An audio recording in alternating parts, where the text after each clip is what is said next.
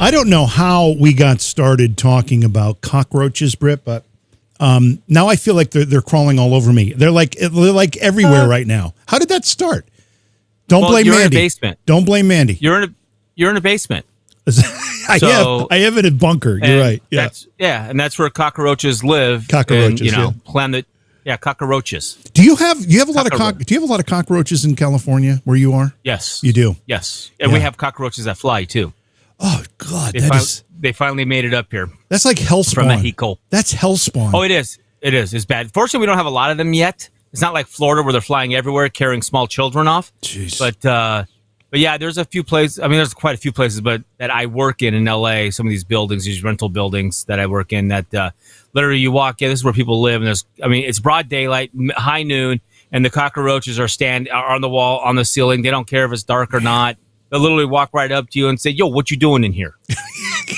With an accent. Get out. Yeah, with that accent. With an accent. I mean, it's like the mafiosos. I mean, they're going to take care of you at the dock. They turn you into their food. It's like Soylent Green, but in reverse. I got to tell you, a lot of people make fun of those of us who live in the Northeast. I'm in upstate New York. It's cold here in the winter. We get a lot of snow. There's not a lot of economic activity. If you're not doing something on your own like I do, and I have since I really started in business 30 years ago. If you don't have that going for you, you probably don't have a lot of opportunity. But what we don't have, Britt, is we don't have bugs like that. We don't have hurricanes. We don't have earthquakes. We don't have volcanoes. We don't have any of that stuff that other parts of the country have to deal with. So I guess there's a reason to be thankful for being here. But you have high taxes, horrible politicians, well, there's that. And they want to take all your shit. So there is that. I think I'd rather cockroaches than politicians. Well, they're both kind of. I think they're related. Somehow they're very, very much related. I would say. Yeah. But at least cockroaches serve a purpose on this planet. That's true. They do. They provide part of the food chain. Part of the food chain. Well, that and their Mother Nature's little vacuum cleaners. They are Mother Nature's little cleaners. They go around and eat all the debris and stuff that, we don't want to. Anyway, so I didn't mean to frighten people as we got started here tonight, and immediately out of the blocks, we're talking about cockroaches. There's a lot of stuff coming up on our channels and our programs and some really cool things happening. And one of the people that is going to be involved in some of the stuff we've got coming up, we're going to have on the show here, and we're going to bring her in just a minute. But Mandy Metzger Cummings is the founder of a paranormal investigative group called Ghost Sisters, and they truly are sisters, which I think is really, really cool. You probably, if you've got any awareness of what's going on social media as it relates to the paranormal community, you've probably seen some of their stuff. They are working all the time. They're doing fantastic work, and we are honored to be collaborating with them, Britt. One of the things that's exciting about what we do is that we get to reach out to people who we have never met and work out an opportunity for us to work with them. And this is one of those situations. And we've got one of the most amazing, actually we've got several, but coming up, one of the most amazing investigations that we've done to date happening, and the Ghost Sisters are going to be part of this investigation with us. I'm excited about that. Cool. Which investigation is it? Do I get to be there? Yeah, you're going to be there. You'll absolutely be there. Am I coming? You are going to be there. Yes. Yep. Oh, awesome. Yep. Cool. Do I have to bring anything? Bring all the stuff you normally bring, Britt. Bring it all. Oh, okay. So my underwear. Got it. Well, that too. Yeah. Anyway, okay. So we've got some great. No, that's amazing. It's awesome. Yeah. It's awesome. I can't. It's always fun to work with other teams because they do stuff differently than us, and we can learn from each other. And because we believe that the pie is not zero sum, that it expands, and the rising tide raises all boats. And right. I think if we all work together and we don't have egos and we treat each other with respect and share knowledge, maybe one day before we take our dirt nap, we'll find that answer. That would be nice. And another thing that's exciting about this investigation coming up is we have the production team from Fuzz on the Lens will be on site with us for an extra level of production quality and skill that, we've got some good people involved, but these guys are top notch. This Fuzz on the Lens film crew, they are amazing. And we've been trying to work it out because they were assigned to film us, and calendars and schedules have been really, really strange up until the point where we thought we had them in May, then we thought we had them in June. There was no chance in July.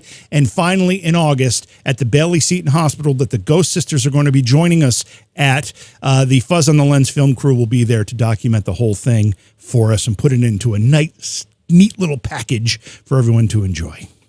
A night. Wow, you almost ran out of breath on I that. did, yeah. I could just feel you pushing, and your voice octave was getting higher and higher.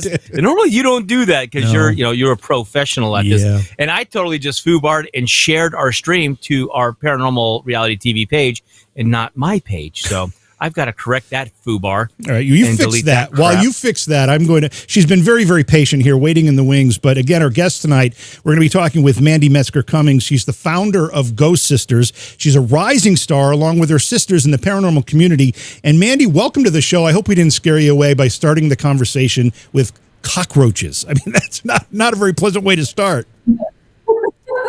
No, it is one of my phobias, but no, you're fine. Me too. There's something about creepy crawlies. You know, you're the epitome of this. You'll go into dark rooms, you'll go into haunted places, you'll go into places where you hear demonic noises, if you will. That doesn't bother you. But the right bug, the right creepy crawly thing on the floor scurrying around, that'll send you out of the room. That does me. I know it does me. I say I would rather deal with the spirits than deal with the bug or bats. Yeah. Yeah. I'm just saying, bats are just weird. Bats are just like so unpredictable.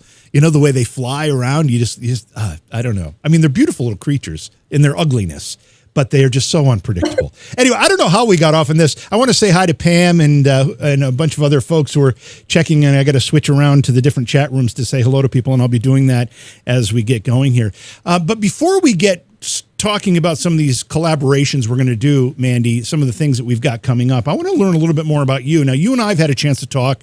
The three of us have talked with Britt. But you've got a lot of experience and a lot of things going on that a lot of our audience probably isn't aware of. So I'd like to talk about that first. And the first basic, most fundamental question is, how on earth did you develop an interest in all of this stuff? Well, Jay, it goes way back to when I was younger. You know, I had some traumatic things happen that kind of opened up doors for me. And next thing I know, I'm hearing things. I wasn't seeing when I was younger, but I was hearing them. And as I got older, everywhere I lived, I started having experiences with ghosts and stuff, things I couldn't explain. And I was always intrigued by the things that were going on around me. And also growing up, I heard my family talking about ghost stories, how they had experiences with things. And I just, with everything going on, I just became very intrigued with it. And here I am.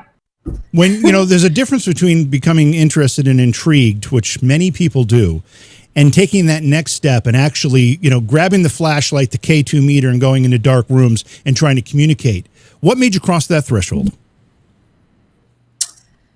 Oh, well, you know, it's not easy to go and do these isolations alone in the dark. That was something that, you know, wanting to go be in the dark and do these investigations, it just, I felt like I was led to do this so I could learn more about the things I had experienced growing up. And I just, again, I was so intrigued. I wanted to know more about, you know, the afterlife. So, you know, I started up the team, and we started off at the Mansfield Reformatory Prison here in Ohio. And soon as I went to this and did an investigation, it wasn't a private one, it was a public investigation. And at that time, I hadn't started at the team yet, but my sister Chastity had gone with me. And after that investigation, I was just like, this is what I'm meant to be doing. And it wasn't even a week later, I contacted my sister and I said, I'm starting up a team and you're joining me. Okay, so and she was like, give us a time frame. How long ago was that? A couple of years ago? Longer?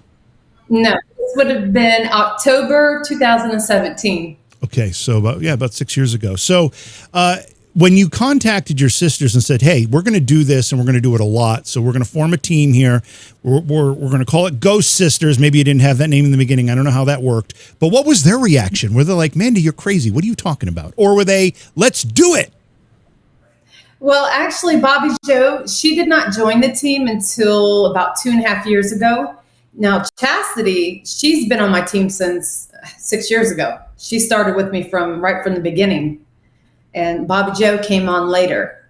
We actually have had different females on the team with us that were not our sisters, actually, but they were on the team for a while, and then they kind of went off and started doing their own thing. And for the past, I think it's been almost 2 years now, we have been just us three. And I feel like I'm meant to leave it where it's at with us three, because, ghost sisters, it just seems right. My biological sisters. And and we love it. We travel all over the States. We love it. Which one are you of the three? Are you the middle, the oldest, or the youngest? I am the middle. The troublemaker. Got it. Yes. Yes. No. Makes sense now. Okay. All right. That could be fun. So what's it like? I mean, you guys, y'all grew up together. Did you guys get along growing up, or were you guys fighters? Did you give your parents gray hair, or were you just lovely angels? Oh gosh, we were heathens. we were a handful because my mom had 5 children. There was 2 boys, 3 girls, and it was just we're all close in age. I mean, it's literally we are that close in age, all of us. And my mother had her hands full. We really, being sisters, we argued all the time, and we still do. Out in the field, we'll be out in the field, and we just, it's not like really bad or anything, but we just disagree a lot on things. I mean, are we going to have to keep y'all in separate rooms? No. No? No. Okay. No, it's not like we'll have that. to bring But out the boxing gloves. energies do affect me a lot when I go to these locations, and if I'm around anything that's negative, it will affect me. And this has happened to me multiple times where I had to kind of like step outside because of my sister. I started noticing I would get angry towards her because I was being affected by something negative that was around me. I've had it happen quite a lot. I'm just like, okay, I've got to remove myself. But that was the most that ever happened. Yeah. Interesting. Mandy, did your sisters experience the same things as a child growing up? As you said, from place to place, as you were living, you were having these phenomena occur to you. Were your sisters experiencing the same things growing up? My sister Chastity, when we were kids, never once mentioned anything that I can remember. I don't even really recall Bobby Joe saying anything. I used to say stuff to my mother, about things that I would hear, and to my father, because our older brother was killed. So he had passed away when he was 15, and we were 5 years apart. Oh, wow. I was really close with my brother, and he was the first one to come to me and let me know that he was around me. So after he had passed away, I ended up taking over his room, and I would hear someone walking around in this room. The radio would turn up and down. I was experiencing all kinds of things, and I knew it was my brother. And as I became older in my teenage years, like when I was 18, I started really having a lot of experiences in the house that I ended up moving into, and crazy stories, supernatural things going on that if I was to tell you guys, I don't know that you would believe me, because the stories that I would tell you are just crazy. You just said that you said that your brother was killed. Yes. Like legit killed, not passing away, not okay, so suddenly. So do you feel does he help you at all from the other side? He has not once. Well, he actually he saved me. I know that sounds crazy, but in 1998, my house almost caught on fire, and it was my brother was trying to warn me, and he did this on his birthday, May 7th, and this was 1998, and I knew something was going on with him because, like, my kids' toys would go off all the time, and just the TV was doing weird stuff. Cable, like, we had cable back then, the bigger TVs, and the TV would just go black. And right. Letters and stuff just go crazy on my TV. And I'm like, what is going on here? So one time, I didn't know this, but I felt like rearranging my living room. Something was like, I felt this urge, you need to rearrange the living room. And if I would not have rearranged this living room, I would not have noticed there was a plug that was melting in the wall, and it was about to catch on fire. But prior to that, on my brother's birthday, 1998, May 7th, my TV had went black, and my brother's name went crazy across the TV. And I was so scared. It stayed on for 45 minutes, and 2 other people witnessed it. And my mother was freaking out. She thought something bad was going to happen, which, yeah, if he wouldn't have been warning me, and I think he was the one that was giving me that, you need to rearrange so you know what's going on. Because if I would not have moved my entertainment stand, we wouldn't have seen this plug was melting. There was an awful smell, and we couldn't figure out where it was coming from. And once I rearranged my living room, the plug was melted in the wall, and they said our house could have caught on fire. Wow. Yes, electricity is very unforgiving when it goes south. So that you feel that was him telling you. How do you? I mean, was that only because of the TV, the name going around? It wasn't like he was like, "Mandy, get up, go." No, it wasn't. It wasn't in your head. I just kept, it was weird. It was just like a sense of urgency. Like I needed to do this. It was like I couldn't put anything aside. I needed to hurry up and rearrange the living room. And, this was after his name went on the TV, but I didn't realize this until like a day or 2 later. I was getting that urge to rearrange my living room. Do you think that, like when you're off, like when we go to this hospital or you're off doing, do you ever think he's like just hovering around in the background, just making sure you don't get too deep into some poop, messing with the wrong, whatever entity? Do you think that he might be there bodyguarding you at all? I think my brother and my father's around me when I'm out there because, I've came across some darker things, but nothing's ever harmed me. I've had some bad things follow me home from the place that we're going to be going to, but nothing intense. Nothing's ever like left huge scratches on me, pushed me, or, anything like that, because I feel like I'm being protected when I'm out there. I don't say anything before I go into a location. I just feel like I'm protected when I'm out there. Interesting. Do you have like, and forgive me for my ignorance in this world that you're in, because I'm as sensitive as a brick.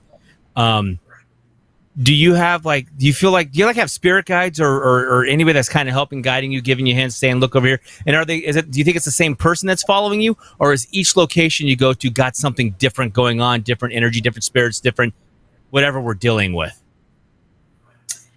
I think it's, different locations has different things going on, and I don't know if it's the same spirit guide that's with me I feel like might be protecting me. I don't know. I just know I don't really run across anything that's harmed me. Like some people, they've been scratched really bad, which doesn't always mean that it's something demonic. It could just be a spirit trying to get your attention.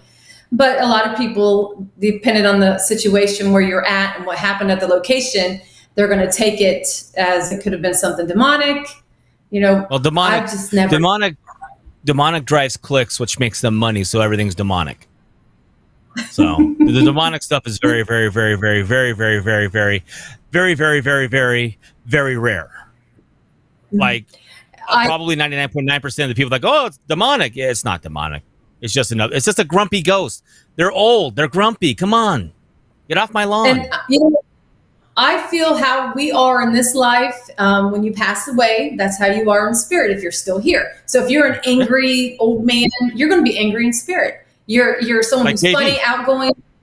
Yeah, the way you guys are now, if you're still hanging around when you pass, you guys are going to be just like you are. Yeah, I feel sorry for heaven when JV gets up there, because he's going to whip that shit into order and become profitable. And then he's going to try and figure out a way to sell it. Just saying. Mandy, having experienced tragedy in your family, do you think that families that go through that somehow develop a greater awareness of the other side, or a sensitivity to it? Do you think that somehow one of the reasons that you are a medium and do the things that you do? And do you think other families that experience tragedy have similar experiences that kind of opens them up to stuff like that? Yes, whenever, there's been lots of stories and people talking about traumatic experiences that they had, like near-death experiences. There's other cases of different traumatic experiences people's had as a child. That opens doors, and sometimes them doors aren't meant to be open, but when these things happen, they just open that door for you. And whether you shut it down or not, I apparently didn't shut it down. They also say when you're younger, everyone is born with the gift. They can sense things, but over time, some people shut it down because as a child, if you're telling your parents you're seeing something in your closet or something, scaring you, your parents most likely will tell you it's your imagination. And over time, you will shut that down because you believe that it's just your imagination. Me? That wasn't the case for me. No one ever said to me it was my imagination. And because my family always talked about ghost stories. My grandmother, my aunts, my mother. And so it was just something that was told in our family. Do you think that that's possibly why now today we're seeing a proliferation, and probably back maybe 20 years now, maybe a little longer, but just there's more and more of medium psychics, the acceptance of the spirit world and being able to communicate, and within our culture, the Judeo-Christian Western culture. I mean, the Native Americans, Indians, they did all their stuff with their peyote, sweat huts, and reaching out to the other side. But for us, it wasn't until TV and these ghost stories, and, Twilight Zone, that allowed us to kind of accept and talk about this. Because it used to be, little Johnny, you don't have an invisible friend. Here, eat some drugs and go to the insane asylum. Or even with some people today, like especially in the more religious communities, maybe not, I shouldn't say that's not fair, but, it's here, Johnny, take some Ritalin and sit down and shut up and learn your ABC, But there's more of us that are more accepting and letting our kids run with that imagination. Do you think that's more of a modern thing, and that's why we seem to have more of it now, and we don't burn them at the stake?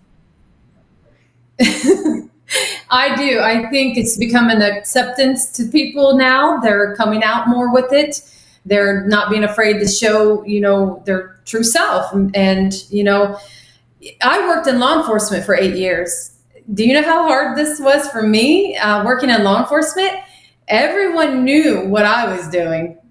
They knew that I was communicating with spirits. They knew I was giving people readings, and that was hard on me. But I just said, you know what? I don't care. So I do feel like if I would have done this 20 years ago, it might not have been the same. People might have been looking at me like I was really crazy or something. So, Mandy, were you a cop? Were you a police officer? I was a corrections officer for 8 years. Corrections officer. So you're probably familiar with Britt then. Hey, why? Have you seen his face in a lineup somewhere or any of that stuff? Wait a minute, you look familiar. Yeah. So true stories. Because I was on Ghost Hunters, people will come up to me and they'll go, because I'm not famous enough for them to go, oh, Donald Trump, or somebody who's super, Tom Cruise or whatever. It's like, I know you from where did we go to high? I always go prison 98. We shared a cell. I literally drop that on people and they'll go, I was never in prison. And then I go, no, Ghost Hunters. But I did that once to somebody, and it was this was in LA, and he was like, hey, you look good. And he had the tattoos, and he was a rougher kid. And I go, prison 98. He goes, Folsom? It wasn't Folsom, but whatever the local, it was Chino actually. He goes, oh, Chino? Which is a big prison out here. I was like, no, I'm just kidding. But I do that to people a lot. And it throws people for a loop. Yeah, well, it threw me for a loop. Some people have to think about it. I want to ask Mandy a question from chat just before I move on here. But Mary Grace wants to know if there were any other mediums or gifted, sensitive people in your family lineage. Mandy, you mentioned your mom and your grandmother and your aunt. You said that they were accepting of all of this, but were they sensitive as well? I've been finding out a lot of things since coming out with me being a medium and, everything I've been doing. My sister, Chastity, had a reading from a psychic, and She said that lady told her that our great great great grandmother was a medium. Because I always wondered, I've always asked my mother, are you sure no one in the family's been able to do what I do? And she's like, she doesn't recall it, But I do know that there's family of mine that the women have told me that they've heard spirits talking to them. So my mother has dreams sometimes, and then it happens. So she has premonitions. Oh, wow. She has seen spirits too, but they just don't do like I do. My sisters are sensitive too, but not to the extent, I guess you would say, that I am. Mandy, the other day, I don't remember which day it was, on the Paranormal Reality TV Facebook page, we put a poll up, and the poll, and I'm just going to paraphrase it because I don't remember the wording exactly, but basically the question was, what is a ghost? And there were a couple options there. One was it's the spirit or soul of a human that's passed on. Another option was it's an interdimensional being of some sort. Another option is it's a time slip anomaly, crossover of some kind. And then another option was an extraterrestrial being. And then there was an other category, because those are all theories that people have proposed to try to explain this activity that we call ghostly activity. What are your thoughts? What do you think that when we go out and ghost hunt, what are we actually looking for, talking to, seeing? Well, it's energies. There's, this is just your meat sack right here. You're made of energy. Everything is like energy. So, when you pass away, it's energy out there. And that's why when you're out in the field, spirits have to have energy to manifest, to show themselves, or to communicate with you. It takes a lot of energy for them to move things, or to even to say a word to you. Everything's energy for them. Your sisters, when they got involved in Ghost Sisters got started, the three of you, what types of cases did you look at? Did you take anything that you could because you were so eager, or do you have specific criteria that you look for before you set out on an investigation? Interesting that you say that, because we actually did. When we first started, we would go to these places that you would pay to get into. We started taking on residential cases for anybody. They would send us a message saying, "Oh, we got so-and-so going on." And it got to the point where I said, we cannot take on all these cases. It's got to be emergencies only. But starting out, you don't realize all that in the beginning. You learn as you go that you should only be taking on, in my opinion, emergency cases only, because you can't take on all these. Anyone messaging you saying, we think someone's, we got a ghost, or someone's watching me. That's not enough. I need more. It has to be an emergency. You would have to be fearful to be in your place, and possibly show me some evidence if you could. But it never was like that in the beginning. I thought you were going to say something, Britt. I remember. Yeah, go ahead. Oh, I mean, I was going to say, I remember before Ghost Hunters came on TV in, what was that, October of 2004? That's how far back I go, Jesus. I joined an organized team about a year before Ghost Hunters, the TV show, became a thing. And I remember sitting around at the Starbucks coffee shop down in San Diego trying to figure out, how are we going to get into this place? How are we? And for people to send us a message took a lot, because this was before Ghost Hunters, the TV show. This was like, it was, you kept it in the closet, so to speak. And people didn't really talk about it. And if you did, people really thought you were crazy. So for us being an organized team, they really thought we were crazy. And it took a lot to get in. And like you said, we would pretty much almost take anything, because there wasn't a lot to choose from. And then trying to get into the more notorious places, that was a little easier, but they wanted money. And then they still question the hell out of you about what you're doing. But then Ghost Hunters happened, and it's like, open the floodgates, because here it came. And then we really had to triage everything we did. And you're right, it was literally, I literally had a homeowner tell me, and Dave was the guy that I ran the team with back then, literally told us, depending on what you tell me is whether I sell this place or not. Like, they're going to make a major life financial decision on something that we're doing as a hobby. And we're still winging it, trying to figure out what works, what doesn't work, what this all means. They're gonna like sell their homes or move to. I mean, it was a crazy, surreal time back then, and it was. I mean, we could have investigated twice a day, every day, 365 days a year.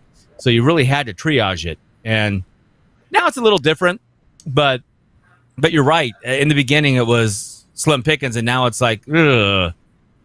Okay, your head's hasn't been removed. Okay, we got to hold you off. When your head's removed, then let us know. Then we'll come out and investigate. Mandy, anyway, we've talked about the fact that you're a medium. You actually do readings and offer mediumship services to people, as well as being a ghost investigator, right? You do that too? Yes, I do. How often do you do that, as opposed to going out on the road and investigating haunted locations? I read people. Sometimes it's 3-4 days a week. I get a lot of customers during the week. I also do mediumship parties, so I will go and do really big groups of people for their families. That's my living. That's what I do, because I stopped working in law enforcement to continue doing what I'm doing over here full time with my mediumship. I've always done the investigations full time, even when I was full time in law enforcement. So, but now I don't have to worry about being held over at work on a Friday. Well, which that had happened a lot, but I don't have to worry about that. If I want to get up and take off during the week, I can go, and I can schedule things around my time, my hours. What works for me. The other day, I saw you do a live stream. I actually think I caught the recorded after the fact version of this live stream you did, where you sat down and you said, "This is my upcoming schedule." And then you proceeded to list, 40 investigations that you've got, something crazy. I'm like, how can Mandy do all of this? She's everywhere, and you're doing something every weekend, which is great. I mean, obviously, we all enjoy this and we all love it, is one of the reasons we all do it. But you are all over all the time, and you don't get burned out? No, it's my passion. When it's your passion and you love doing what you do, I don't get burned out. I can't speak for others, but it's just, I love it. I love going out there. I love finding evidence. I love communicating with the spirits. I just love talking to them. Before, I was scared. I ain't gonna lie to you. I was scared. Does it take energy? I mean, I know, like, for me personally, and like Britt, I'm as sensitive as a brick. Britt and I come from we need gadgets in our hands. We need our ears and eyes to see it or hear it, because the sensitivity part just does not happen for us. It really doesn't. Although I will say, when we were at the Rhodes Hotel, I think it was, Britt, there were a couple times where the hair was standing up in the back of my neck and I couldn't explain why. So I guess that in itself is a bit of a sensitivity. However, when something very traumatic happens during an investigation, even the two of us who don't have it on a mediumship level or a psychic level, it's draining. It's really, really draining at times, because, as you said, it's all energy, and these spirits will draw energy from you when you're investigating. And that can wipe you out. How do you deal with that? Well, prime example, just over the weekend, I was in Kentucky investigating, and I was up all day, all night. I drove from this location. We left at 4:30 in the morning. I did not get home until 8 a.m. I went to sleep for like 3 hours, got up, and then I had to go do a big mediumship party. I don't know how I do it. I just have a lot of energy, and the spirits, they just feed off me. You must have a lot of energy. I do. I don't even... They said to me when I went to the party, they said, "You've been up all night investigating. We were watching you, and you don't look like you don't look like you're tired." Well, I was like, well, I have to admit, when you were listing all the places you were going to be, and I'm also envisioning all the travel that was required for you to be in all those different places. And I'm like, wow, she's got a ton of energy. I don't know how she does it. Do you drink coffee? We're going to be... Yeah, I drink. I always drink 2 big cups of coffee in the morning, and that's it. Yeah, so. And that's it. And then you're off to the races. So no Red Bull, no Monster Energy, no cocaine, stuff. Nothing like that. Oh boy. No. What, JV? Stop shaking your head, JV. You knew what you were getting into when you invited me to do this interview with you. I know, I did.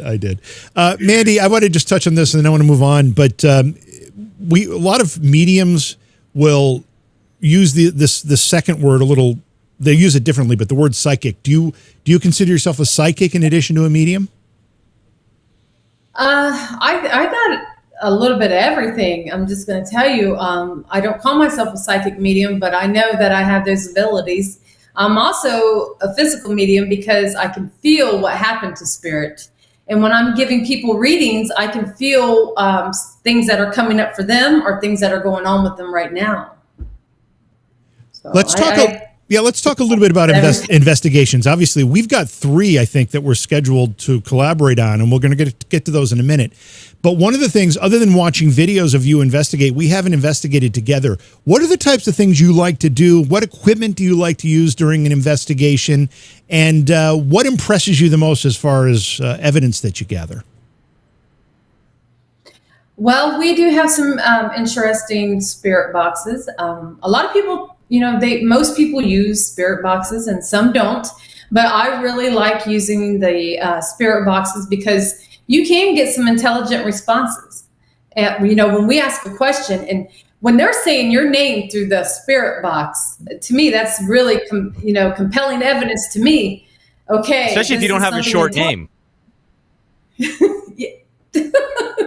And, I use recorders because, when you capture that EVP on a recorder, that's, to me, it's really good evidence. And, the cat ball, I like to use the cat balls because you literally have to go over and touch the cat ball. You can't, it's not as picked up by sensor movement. Well, if there is vibrations around it, it will go off because the cat ball can be kind of sensitive.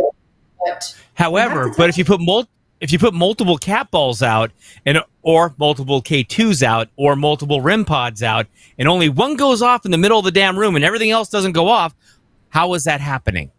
That's why I believe you use a lot of electronic stuff and that rules out, because if everything goes off at once, a truck just hit the building or somebody keyed up a big ass radio but if just one in that corner or in that little over there, but this over here doesn't. And like we experienced at the Rhodes Hotel, I think we had 7 K2s, 3 REM pods, and a handful of cat balls out. And literally it was like just ping-ponging around different areas up and down the hallway that was like 6 rooms, I think, 3 on each side. 8 rooms, 4 on each side. It's a pretty long stretch of probably, 10 yard, 12 yard worth of space. And it was just hitting random spots. And there was no way that was coming from something from the outside of the building. It was just weird and cool. And the other cool thing is, or sucks and cool at the same time, our digital recorders we had out, half of them didn't record. They were recording. There's a file there. There's just no sound when all that activity was going on. Like it just cut out, gone. So what's that all about? But that's the cool thing about using more than just one device, in my personal opinion. And you have to use a lot of them to rule out the falsehood, like you're just saying. But the cat balls are pretty cool because you're right. You can't set them off with a walkie-talkie. No. You're talking about the Rhodes Hotel. We actually captured some really, really interesting evidence there. You want to explain? Or not explain? Share. Expand upon? Well, share. That's another good word, share. We had a night vision camera set up in the ballroom. And the guy who does the tours, I'm friends with him, but I forget his name. Mike. But Mike. He was telling us there in that ballroom, there is a lamp that always turns on and off. And he's captured it on the security cameras. So we thought, well, we're going to set up a night vision camera in the ballroom. And we did. We had a skeptic. This is interesting. We had a skeptic with us. It was a guy. He was watching the cameras while we were out there investigating. Well, I took a quick break and I went over and I stood in front of the cameras. And when I'm standing there and he's watching these cameras, he notices something and he goes back, plays it back. And sure enough, we captured this apparition walking by the ballroom, and it was none of us. Nobody was in there. And It looks headless. Mandy, which one is the ballroom? I'm not sure we know which one the ballroom is. Did Mike ever tell you guys about the lamp, where the lamp was? Did he, turning Britt? on and off the I don't remember that story, Britt. Do you? I vaguely do, but I was drunk. Oh yeah, okay. I vaguely remember it, but yeah, I can't. It was the area where you walk up to the say they would check into the hotel. Okay, right there. The main room there, the big main. Oh, the room room we set up in. Where we use that as a command center when we set up. Yeah. Oh, okay. That's where we captured this. It literally looked like something with it was an apparition with, you couldn't see anything from the neck up. Oh, wow. And it was walking by. And the skeptic was like, what in the world? He was really blown away. We even tried to reenact it and to see if this was really what we were seeing. And Mike, he came out and he helped us. We had him walking by, going by, and it was not a person. Did not look like nobody. So did your skeptic become a believer? Oh, yeah. Yes. Isn't it fun when the skeptics have their come to Jesus meeting right in front of you? They see that thing they can't explain, and their whole head, it's like their eyes are just going, their brain's like, you're starting to smoke. And what am I, my whole life, I'm a skeptic. I don't believe in this shit, but they explode right in front of you. It's amazing. You say he's on the paranormal team now. Oh, wow. Wow. I want to get to a couple quick questions from chat here. Blue Topaz wants to know, Mandy, when you, as a medium, how do you see spirits? When you're talking or having a communication, how do you see them? Is it mentally? How does it work for you? So, if spirits want me to see them with my eyes, like I'm seeing you guys, I will see them. But usually it's in my third eye. It's like a movie playing for me. So I don't always see them like I see you guys. And it's just like I'm channeling, and they're showing me images of what they look like. And, spirits are funny because they show me how they want me to see them. So if I got an old man communicating with me, sometimes he'll show me images of how he looked when he was younger.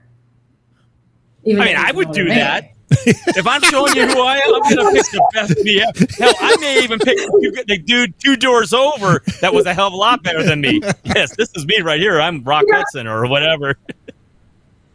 And it's funny because I've had this happen a lot. And I'm like, okay, he's really flirty. He doesn't want to show his true self. And he's just showing me images of what he looked like in his younger years.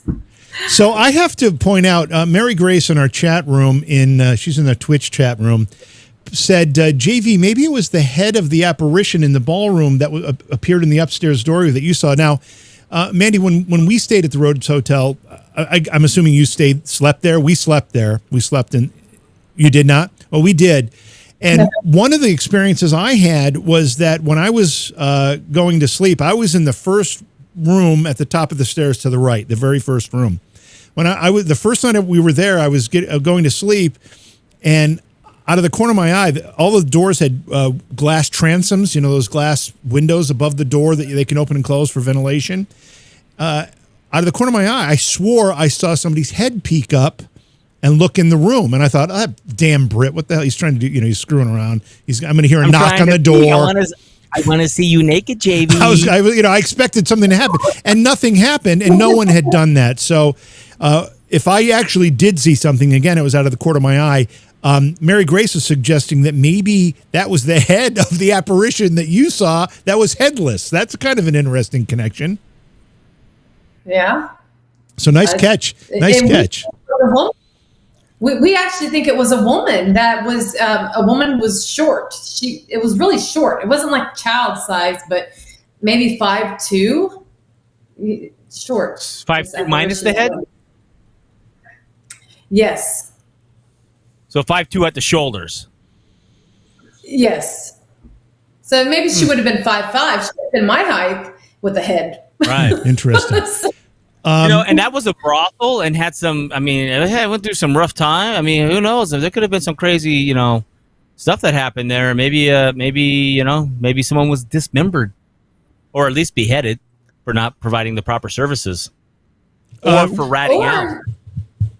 Robert, or it didn't have enough energy to manifest its full self. You know what I mean? Like the true form of it. But you've seen someone walking, and it was like translucent looking. It wasn't like us. It was definitely looked like a person walking. Robert in our Facebook chat wants to know what you think the most reliable spirit box is. Do you have a particular one that you like to use the most? I've got two that I love. I have the ink box. It is an old boom box. Can I show you guys real quick? Yeah, sure. Absolutely. Yeah, grab it. It's right there. So this is an old 80s boom box. Oh, no, hold on. Oh, my God. I used to have one of those. Oh, wow. That's awesome. Does it take D batteries or C batteries? D.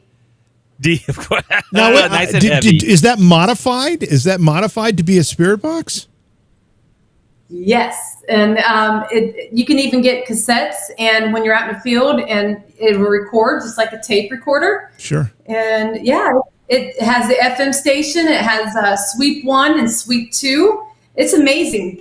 I'm telling you, this is a wonderful device right here. And, you know, Katie Stafford made this. And for $109.95, we'll sell it to you. No problem. We got 14 in stock.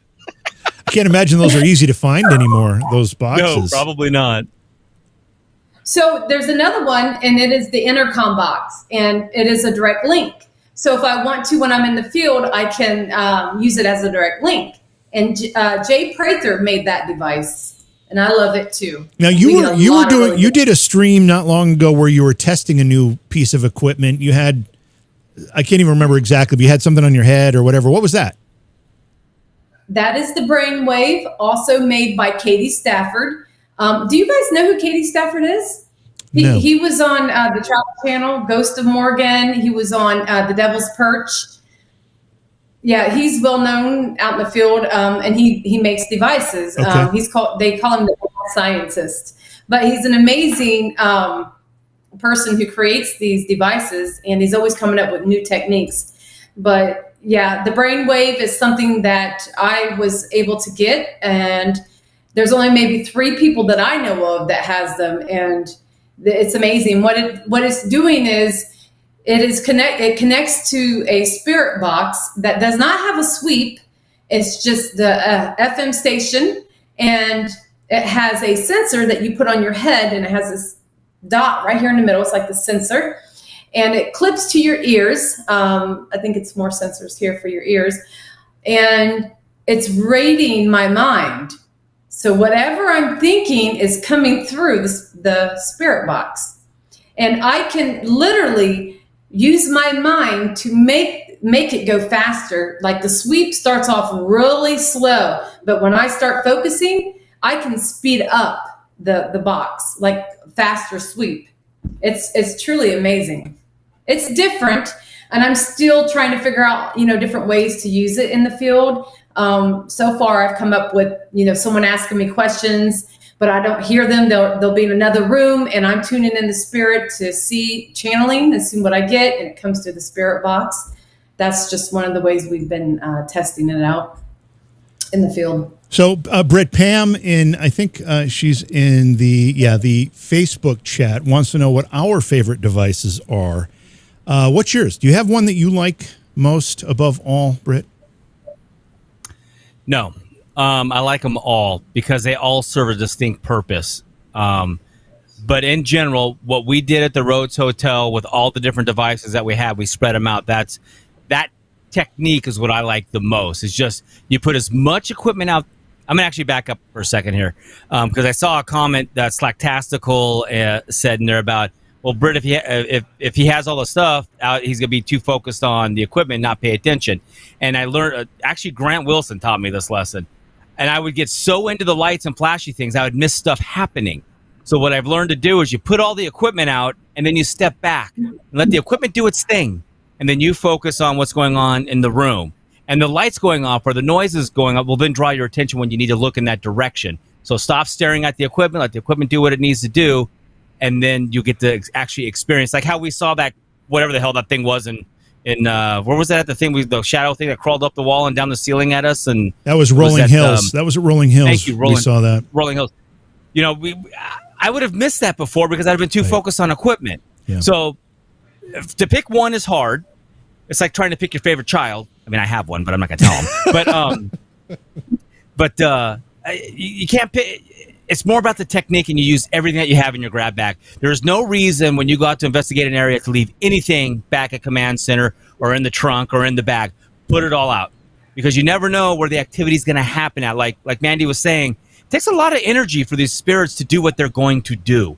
And it would really suck if you have the K2, the REM pod, and whatever else over on one side of the room, and then you have 4 K2s and 3 REM pods sitting in the bag not turned on, and the entity does its thing in the closet that you're not covering, that you don't have, so put it all out and then step back and then do your thing. So to pick one is hard. I want them all. I want it all. Yeah. And I want that boombox that Mandy has. That's yeah. I think that is so cool. That is so cool. I just want to say, my answer is pretty much the same as Britt, but I will say the most important thing to me is ears and eyes.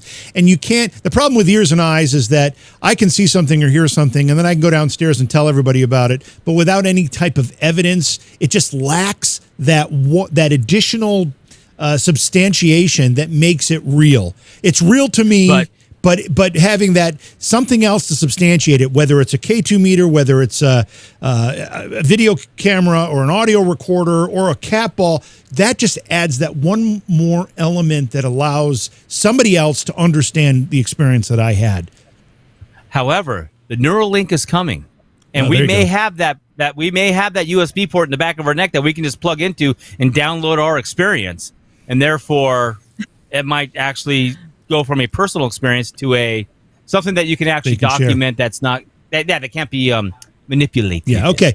We're going to run out of time here, so I want to move on. Yeah, well, yeah. I don't want to keep Mandy all night. You heard her schedule. It's crazy. But she has a lot of energy. I want to talk more. I'm good. All right. Well, I want to talk about some of the collaborations we're going to be doing. The first one we've got coming up, and this was something that we actually didn't even approach Ghost Sisters about, but in talking about doing it, we're like, hey, this will work perfect if you guys can come help us out on this, because it's massive. And it's the Bailey Seton Hospital on Staten Island, New York. Now, can't wait. When you look at this building, it's the prison. It's the right side. It's the right wing. That's the abandoned wing that we are going to be investigating in. The main building in the center and the part on the left are still occupied.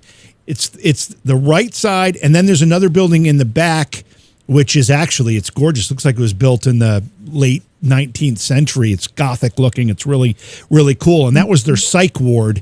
And it's those areas that we're going to be investigating in. Now, Mandy, this place is huge. When you see even though we're only going to be doing about a third of it, when you see something that large, I mean, what goes through your mind as far as how are we going to cover this? Well, I do feel like how you're going to cover something so big. You just got to try to hit every location that you can. Try not to spend too much in one area, maybe do 15, 20 minutes over here. That's how I do it. I try to go to every location if possible. But then you get caught up where you might be having so much going on in one area that you don't, you're not able to cover the whole place. Yeah. And I think Britt and I have been strategizing about this and how we're going to cover. Now we have got, obviously Britt and I, we've got Mandy, Bobby Joe, and Chastity, the Ghost Sisters. And we've got, I think, 4 people coming from Sector 12 Paranormal who we worked with when we investigated the New Egypt Museum in New Egypt, New Jersey. They're coming in. So what's that? 7, 9. That's 9 people plus our tech crew, plus our crew. So there's 9 of us.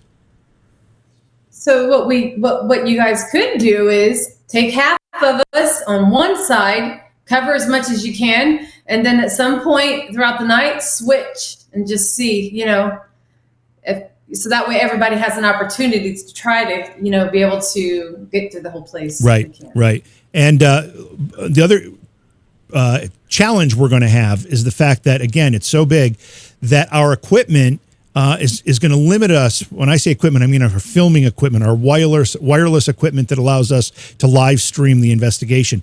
That's going to limit us a little bit. So we're going to do a mixture of the live stream stuff, and then we're going to send teams out and record some stuff and bring that back and replay it when it's appropriate. So there's going to be a lot going on. This is going to be not only an investigative challenge for those of us who do the investigations, but it's going to be a technical challenge for our tech team and our cameramen and the whole crew. It's going to be quite an experience, but it's going to be exciting. This place has had reports of ghostly activity even before it was abandoned. That wing was abandoned. They were talking about patients seeing things and nurses seeing things and doctors seeing things. This history goes back over 100 years of reports of paranormal phenomena, Mandy.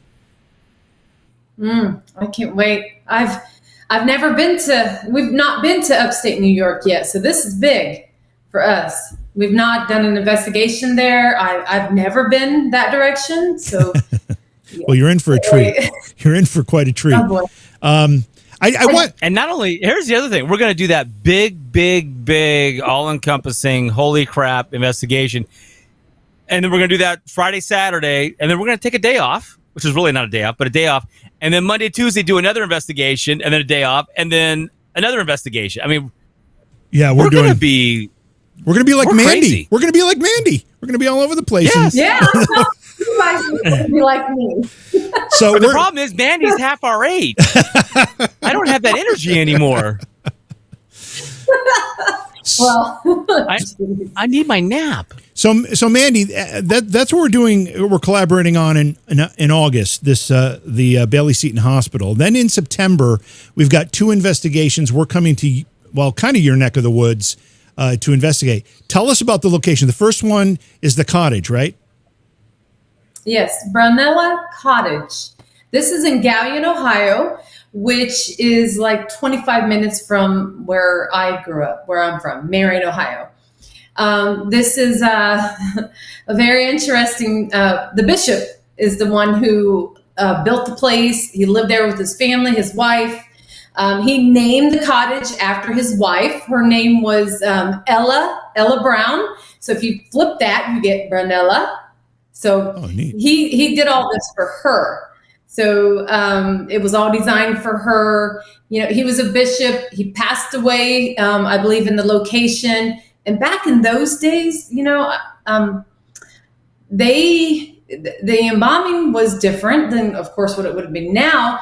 Back then, when they embalmed you and they drained all the, you know, the blood out of your body and stuff, they didn't just do whatever they do with it now. They literally would just dump everything out in the yard. So from what I'm understanding, this is what happened with the bishop. And he is still at this location. He has been seen at this location. There was a show on the Travel Channel called My Ghost Story, and someone had actually captured an image of the bishop. And it was really, really creepy. Hold on. Because when I was hold on. They would take all the human innards and just spread them in the fields? Is that what you just said? Yes, and I'm trying to be careful. I got to be careful what I say, so please forgive me. I'm trying to watch what I say. But that is how they did it back in those days. And the lady that gives the tour was explaining to me that's what they did with the bishop. So that was done everywhere. That was like standard practice. From what I was understanding from her, yes. I don't know that they took his parts and put it out there, but I know the fluids were dumped out there. Wow. I mean, so if you ate an apple tree where they were putting the body fluids at, you're kind of a cannibalist. Cannibalist or cannibal? Cannibalistic. Cannibal. I mean, Britt, think about it. Think about it. It was 50, 60 years ago. They were throwing motor oil out in the backyard, just disposing of it that way. Oh, yeah, it's true. You know, there was just no regard for, you had some land, you just threw the stuff you wanted to throw away on it and moved on. And so that's not surprising. However, there are people that take when they have childbirth, they take the placenta and it gets put in with like a rose bush type bulb, and then they plant that, and that placenta gives it the nourishment to grow and grow bigger and amazing. And I mean, so maybe that's why food was more better back then. It was the human part of it. More so better. like grain happening. Yeah. More better. It was more better. Sure. Hey, words are my second language. I'll start throwing whatnots at you. Yeah, I know you will. Go ahead, he is definitely there. He loved that place, and his wife is still there. The grandmother's still there. When I went to this location, actually, Ghost Sisters investigated this location 5 years ago, and I can't remember everything that took place, but it was really good. But when I went back 3 weeks ago and did a tour, and I went live, let me tell you guys, it was intense. It was intense. Got a lot of good stuff that was coming to me. We did a little mini investigation afterwards and got some really good communication. And I'm going to tell you, these spirits followed me to my location here. They sure did. They were hanging out with me for probably about 3 days. Oh, wow. And I did an investigation here at my house because I felt like something was around me and something was off. So I'm like, I'm going to see what's going on. And sure enough, my REM pod was going crazy when I was asking, did you follow me from the Brunella cottage? And the REM pod just went nuts. I mean, completely till it drained. I mean, it was drained by the time they got done. Mandy, what do you think about the apps? Some of the apps that some investigators use. Do you like using apps for your investigations? Like the Phantasmic box thing? The Phasma box, some of these other ones? I have been on investigations where people have used that, and it's got it, some really interesting things have come through it that I couldn't explain. But I'm not going to say, I won't say anything bad about them, but I personally don't use those. I prefer my 2 boxes that I have. The only type of app we will use is when we are doing the spray. That's where we're trying to capture images of spirit. And we have an app that records in infrared, and it has a built-in Ovilus 5. The spray. What is that about? We call it the spray. This is where we use water and light to capture images of spirit. Water is a kinetic energy source of spirit. Right. You can use fog, whatever you want. People use different things, but we prefer water. So how do you use like a little spritzer? Yeah, a mist sprayer. Yeah.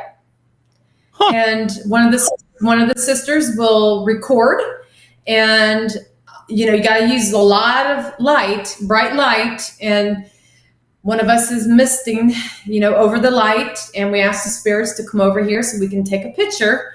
And sometimes you get some really compelling evidence, and sometimes you don't. And you have to be careful because of pareidolia. We are meant to see faces and images. So that is, something that you can see a lot when you're recording something like this. So, but we have captured faces. I mean, full-blown faces, full bodies, not all the time, but we've gotten some really compelling pictures from doing the spray. Anything you can share? I mean, not right now, but maybe down the road. Oh, yes. Oh, yeah. Maybe we should do that. That'd be fun. We could do this when we come, when we go to the hospital. That'd be cool. I'm interested in that. I've never thought about doing that. That's interesting. That could be fun. So, man, after the cottage, we're then headed to the Ura Shrine, right? Am I pronouncing it correctly? I've never been to this place. I've never been to either of these places, actually. But you speak very, very highly of it as a very, very active location. Tell us about it. It's called the Ura Shrine, and it's located in Bristol, Tennessee. And Ghost Sisters are ambassadors of the shrine. This is a hidden gem in Tennessee in a very weird location where you would not expect to see something like this place in Tennessee. It is literally in the Bible Belt. Like, it's surrounded. I mean, you could throw a baseball and there'd be a church. That's how, awkward of a. Seriously, that's a lot of churches. But it's a unique place. It is. The caretaker, he is someone who the yin and the yang. He has to balance things between the good and the bad, you know. He started off taking over the location. It was his grandfather's, and his cousins all stayed there years and years ago. He worked in law enforcement and for years, and after his family passed, he ended up taking it over. He started remodeling this location back in the 90s. And when he started remodeling, things started going crazy, getting really active. So he had some paranormal investigators come out, and when they did, they were terrified. This guy was taunting something that's in this cave. There's something very dark, and there is dark things at this location, guys. And what makes it a shrine, Mandy? You're a shrine. What makes it a shrine? Because it's a Japanese culture. So it has different rituals they do there. You have Japanese, you have, they practice, some people come and do witchcraft. They practice their rituals there.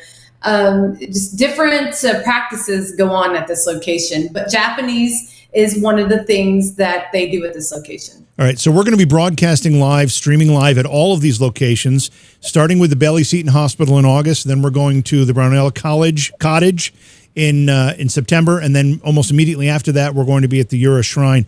We're doing all of this live. We're bringing our full production gear, the whole thing. You're going to see this investigation as though you were doing it yourself. This isn't a 3 little pictures on a screen thing. This is the real deal, like we do it here at Paranormal Reality TV. I was going to ask you something else, Mandy, and it just escaped me. Oh, I know what it is. Is everything a ghost when you see it? No. Okay, good. No, I'm not one of those that everything is paranormal. But I will say this, you know, I try to debunk things whenever something's going on, and a noise, or if we think, I try to debunk things because I don't want to assume everything is a spirit. Right. Also, I have a question for you guys. Okay. When we are out there investigating, is there going to be someone following all of us with a camera? Say, what if someone goes over here to do an isolation? So we're going to have somebody watching with the camera? Yes. Everything. There'll be a cameraman following every team. Every team? Everything. Okay. And anything could be live. So if you need time away from a camera, you need to let people know so they don't follow you.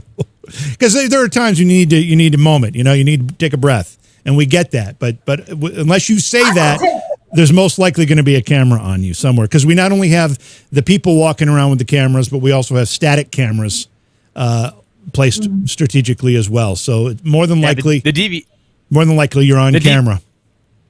The DVR system is tied into the broadcasting. So wherever you see a DVR camera, it could be sending out signals. So don't potty in front of this DVR camera. Listen, I get so wrapped up in the investigations that I don't take time to hardly get to the restroom because I'm so into what I'm doing. It's like I forget to go pee or something, you know? I used to be able to hold it. Now I got it. Every time I see a bathroom, I got it. Let me take a pit stop. Just be sure. Old age sucks. Don't get old if you can help it. Ugh. So in addition to all this, Mandy, you're going to be introduced to some of the silliness that we bring to our programming. You see the shirt that Britt is wearing right now. That is one of his consolation prizes that he had to wear, which he ended up liking, which it really kind of defeated the whole purpose. He ends up liking these cat shirts. I love the cat. Yeah. Well, they also got me. The first shirt they made me wear was one of the Care Bears with the rainbow and all the unicorn stuff. And I wear that. I wear it all the time. I go out. I embarrass the hell out of my kids. And I had one when I was younger. We have a shirt that one of our supporters, Iowa Joe, had made up that I was supposed to bring to the last investigation and completely forgot it. I will be bringing it to this one. Britt will be wearing that one among some other treasures, I'll call them. And we have a lot of fun. That's if we meet the criteria. That's true. We have basically the criteria, subscriptions, and people, the growth, and we challenge our audience to if I'm going to wear a stupid shirt, they're going to have to work for it. And one more thing I'll let you know, Mandy, just to warn you, is that our live investigations, when we're streaming them live, we encourage viewer and chatter guidance. Because as you know, when you're in a dark room investigating, when we're in those rooms, we can see very, very little. People at home watching with the benefit of the IR cameras actually see a lot more than we see. They can see things move that we can't see. They can see shadows that we can't see. They can see a whole bunch of things that we just don't have the ability to see because we're in the pitch black much of the time. So they will tell us, hey, the curtain in the back corner just moved. You need to go check it out. So Chad is directing us throughout the entire investigation too, which adds a whole nother level of eyes and ears and input into what we do. So it's a lot of fun. I can't wait. And you guys are going to love us girls because we're fun. We have fun. Good. And so we're all going to be just much. I like fun. That's perfect. Life is way too short to not have fun. Mandy, if somebody wanted to contact you for one of your readings or anything, what's the best way for that to happen? If you would like a personal reading with me, you can contact me on Facebook or TikTok, Intuitive Medium Mandy, and just send me a message, and I will send over my rates, and I'll get you booked. Perfect. Now, you and I will be corresponding or communicating a lot in the next couple of weeks as we prepare for the Bailey Seton Hospital and get ready for that monstrosity that we're going to be venturing. We're going to be like the cockroaches in the big building. It's going to be crazy. It's going to be nuts. It's going to be nuts. But hey, thanks for hanging out with us tonight, Mandy. It was a real treat. Really, really great to get to know you better, and looking forward to collaborating on these projects. I can't wait, guys. So thank you for having me on. All right. So Britt, let's go bury some bodies. Britt, we've got a lot of work to do because you saw the picture of that hospital. I mean, you and I toured it back in when was it? June? When did we go over there? June, something like that. Yeah. That's gonna be a challenge. I mean, this is a big. I mean, on our budget. I mean, we're not sci-fi doing the live Ghost Hunter weekend thing where you have 450 crew members at $1 million to spend. It's just me and you and our kids and some crew members and a very small budget.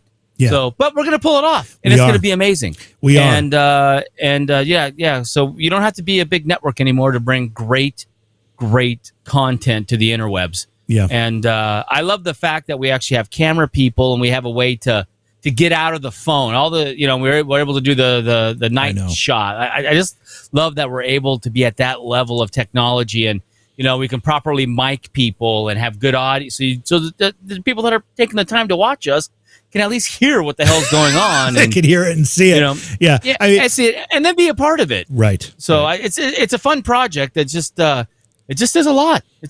We're going to be mentally at the end of the third investigation. All we're going to do is sleep for 4 days. Yeah, I think you're probably right. And hopefully you'll get home too. Last time after the investigation, it took you 3 days. 3 days to get home. 3 days to get home. It was Tyler was like, "I am never flying again, Dad. I am done. I am never flying again." Yeah. Man, we almost. Yeah, I was going to make him sleep in the airport because if it was just me, I would have crashed in the airport. This used to happen when I was on Ghost Hunters all the time. And I'd just find a corner and curl up and go to sleep, but he was not having it. So I had to, it was like an extra $200 a night for a room. And it was just, that was miserable. And then I find out I had another friend who took 5 days to get home from Philadelphia. Totally just with everything canceled. It was insane. And, our don't get me started. Don't get me started, please. I don't want to go down that road right now. I'm having a good time. Mandy was a nice delight, and I'm excited. Yeah, and I can't wait to watch the sisters work. And it's either going to be a cat fight or it's going to be a giggle fest. I think it's going to be more the giggle fest than the cat fight. And it's also refreshing to hear her hear her say, as a medium, hear her say that she didn't use the word skeptic, but she really takes a scientific approach, even though she is a medium, to the evidence that she's experiencing, instead of just assuming everything is a ghost. I mean, how many times have we had to deal with everything's a ghost? And, it's just not. It's just simply not. Slow down, analyze, process. Right. And then at the end of the day, once you do all that, if it's a WTF, then it's a more profound WTF. Yep. But yeah, it's gonna be fun. I'm excited. I'm a little scared. Not scared like scared of the ghosties, but just it's a daunting task, and I just want to make sure that we're able to deliver a high quality product to the to the viewers. Well, we certainly invested enough in the stuff that we carry around with us to make that happen. So yes, it should be. It should be great. Yeah, and out here in California, the economy is finally taking a hit and slowing down. It's just like all of a sudden work is like, whoa, what do you mean I haven't worked in 3 days? This is rare. Yeah, I can't remember the last time I had 3 days. I had involuntary 3 days off in a row. I cannot remember the last time that happened. 20 years ago, maybe.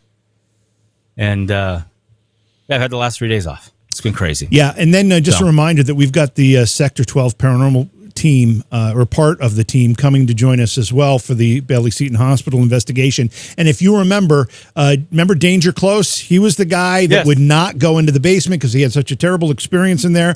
And Taryn was able to get him into the basement, and he actually did okay down there. But he's going to lead a group of the Sector 12 Paranormal people and bring them out to help us with the investigation. Because as we've mentioned many, many times, even though this is a hospital facility and they have fencing around the facility, that doesn't keep people or four-legged creatures out of this abandoned part of the hospital with any great effect. So we need teams, not one or two people at a time. We need teams working together for the investigation because we want everybody to be secure, and obviously that's important.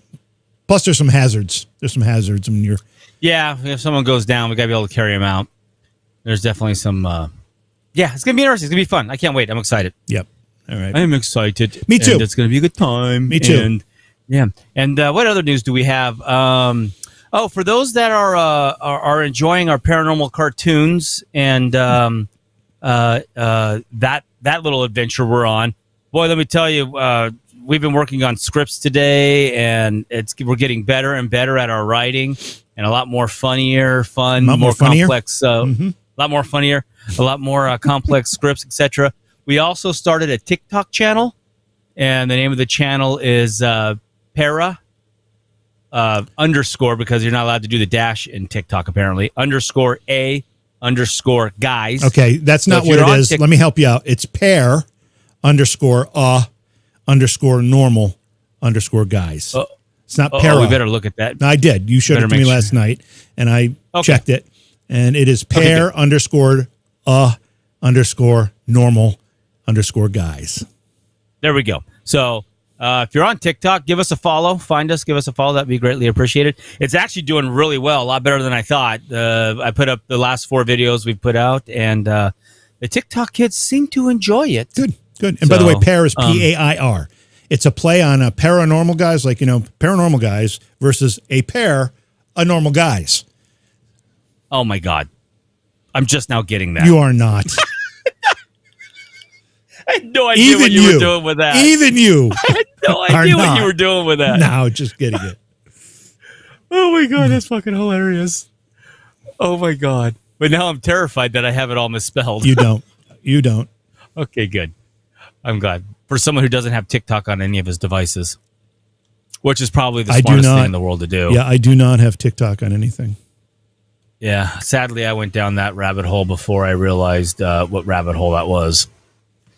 And I'll probably pay for it at some point in my life when China comes and hauls me off to the concentration camp for re-education or something like that. Anyway, there you go. That's what we have. Also for those that are the subscribers on Facebook and Twitch, we've written we have a script now that we're writing that has specific characters to invite some of you subscribers to read some of the lines for us. Yeah. I don't know how we should do that. I know there are a lot of people, a lot of subscribers that are logged in now, watching, whatever. If you want to voice a character, when I say voice a character, it's going to be 1 line, maybe 2 lines. It's not going to be anything major, so it's going to be easy. Message us. I think that's probably the best way to do it right now, maybe. Or should we wait and do a subscriber stream and do that? Nah, I think if someone's interested, just send us a DM. If you're a subscriber, send us a DM. Yeah. On the various, whether it's Twitch or, and we'll put your line. I mean, if we get a couple hundred people wanting to do it, we're gonna have to figure out a way to pick somebody. We might have to do, like, you put names in a hat routine, but we might only get a handful of people that are comfortable doing that, and it might be all right. Well, we'll do you this one, then we'll be able to get them all in. Yeah, well, that's it. I think that'd be pretty cool. Yeah, we'll have a lot of different opportunities for this. So if you don't get the first one, there'll be other chances. So yeah, for sure. Send us a message, and we are in the process of getting those scripts produced. So the parts are going to be easy. If you have a decent phone, you can record it right on your phone and send it to us via email, and we'll be able to put it right into the episode. And then you will be a cartoon character. Pretty exciting. Yes. Pretty exciting. Now, cartoon character, you know, that you all just have to wait till the cartoon's done to know. Yeah, exactly. Wow, we have one of our videos is, man, we're up to 2,000 views on one of the videos. Nice. And I only put that up a couple hours ago. Gotta like that. Interesting. All right, very cool. And I do have it spelled correctly. I was so terrified. I told you did. I looked at it last night. I checked it, and I even asked you. I said, why is the G capitalized and nothing else is? Remember? Oh, that's right. I vaguely remember that, but yes. I do remember that. Anyway, there we go. Are we done? I think we are. I think we finished for the night. You think so? I think we finished, yeah. Well, I hope the people like listening to us meander. Do we even have people still watching us? Yes. Probably not. They probably hit the road. Can't wait to host you at Brownella Cottage. Oh, and tell you all about our bad Bishop Brown. Well, thank you, Tanisha. I think it's Tanisha is how you pronounce Tanisha's name. Thanks for that, and thanks for hosting us. We're really, really, really looking forward to coming to the facility and checking out. Mandy sent us pictures. Mandy sent us pictures. Bishop it's Brown? amazing. Uh-oh. What? Where? No, Mandy sent us pictures of the Brownella Cottage when she was there last weekend, I think it was, or 2 weekends ago, and it's a really, really beautiful place. I can't wait to be there. Hey, Ed, good to see you. Thanks for checking in. Thanks for checking in. But Bad Bishop Brown is a song, and if it's not, no, it's Bad Leroy Brown. It's Bad Leroy. Okay, you got to write one, Bad Bishop Brown. Okay, you got to write one. And then we got to turn it into the cartoon. We got to put it into the cartoon. Well, I have to tell Bishop you, Brown has got to make an appearance in the cartoon. Is that okay, Tanisha? Can we take Bad Bishop Brown and put him in the cartoon? And when she says bad, is he really bad, like a bad guy, or I don't really know anything about that. Britt, let me just say something. An hour ago, we were trying to do something, and you were yawning. Now you're like on speed or something. What's going on over there? I took a nap. I normally can take a 15, 20-minute nap, and my body just wakes up on its own, and I'm good to go. I took an hour nap. I napped so hard. I had so much drool on the side of my face. I had to get a towel to wipe it off.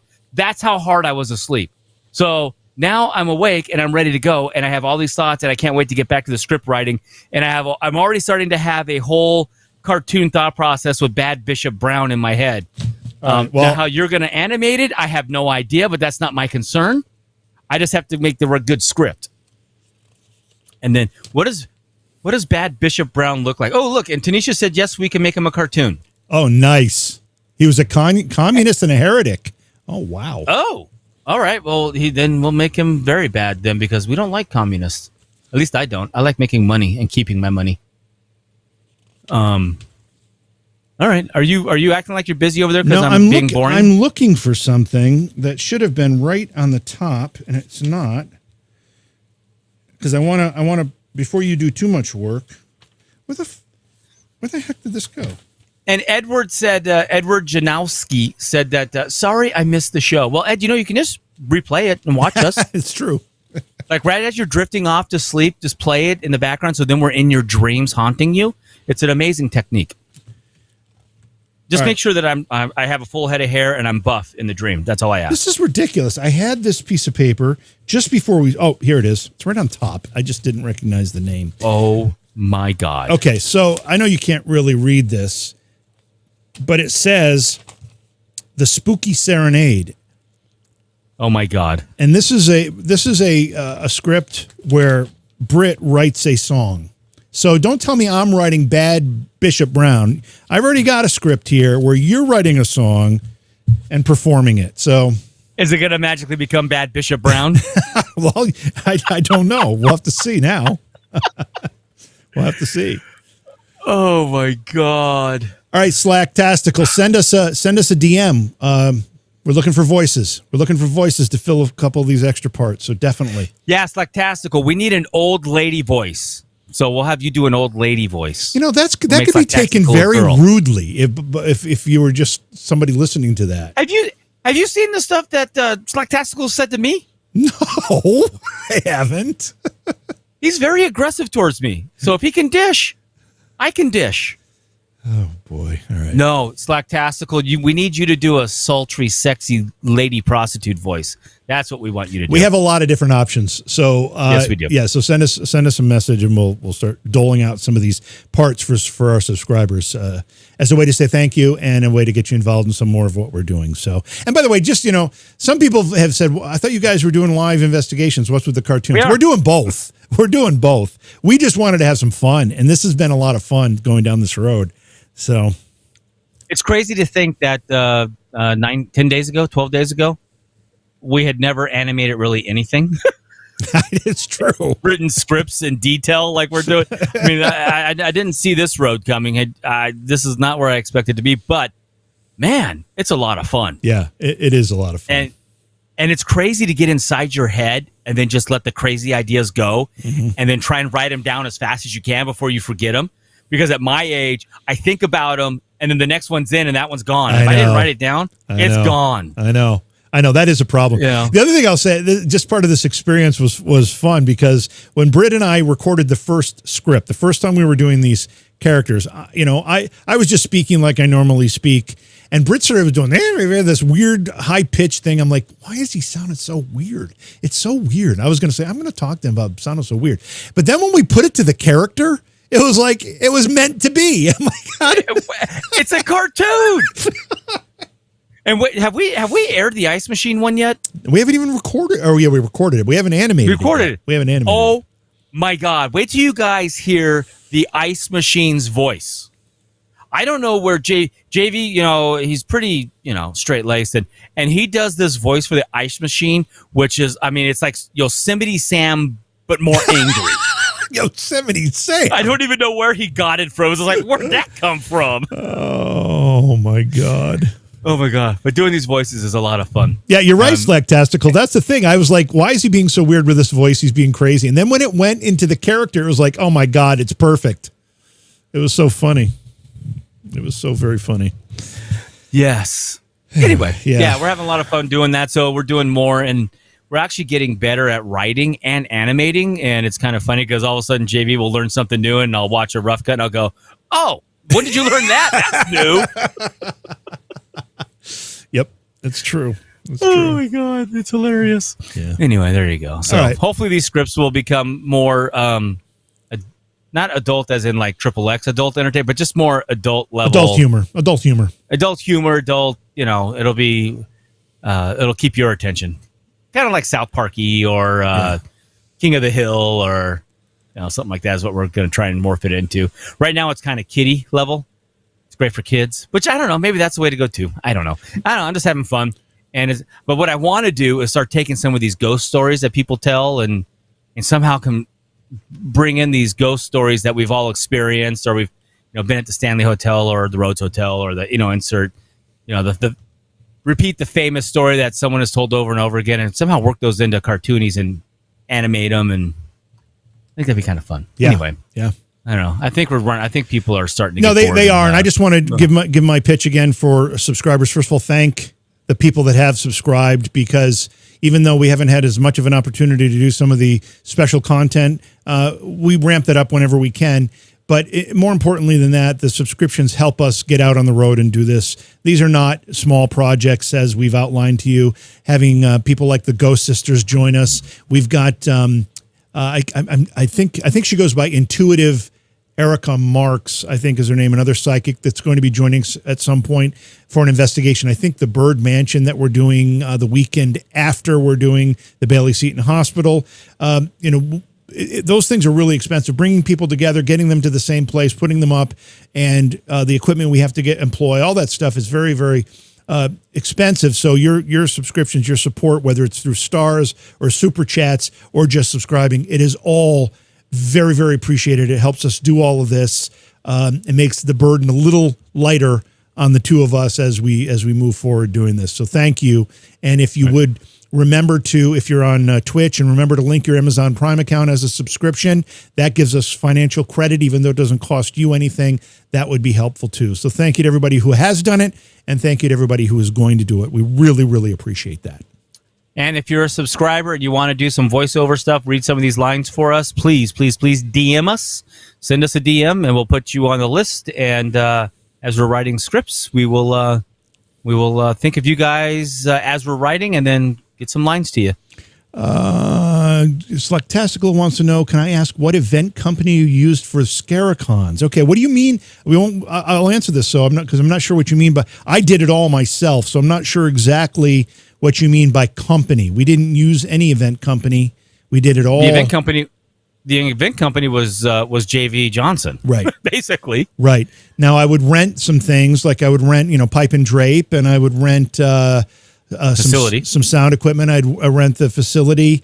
I don't have to rent the sound equipment anymore because I bought all the sound equipment for when the last couple of years we had done it. Not like Eventbrite. Oh, so ticketing. Okay. So for ticketing, I used Ticket Leap was the company I used for ticketing.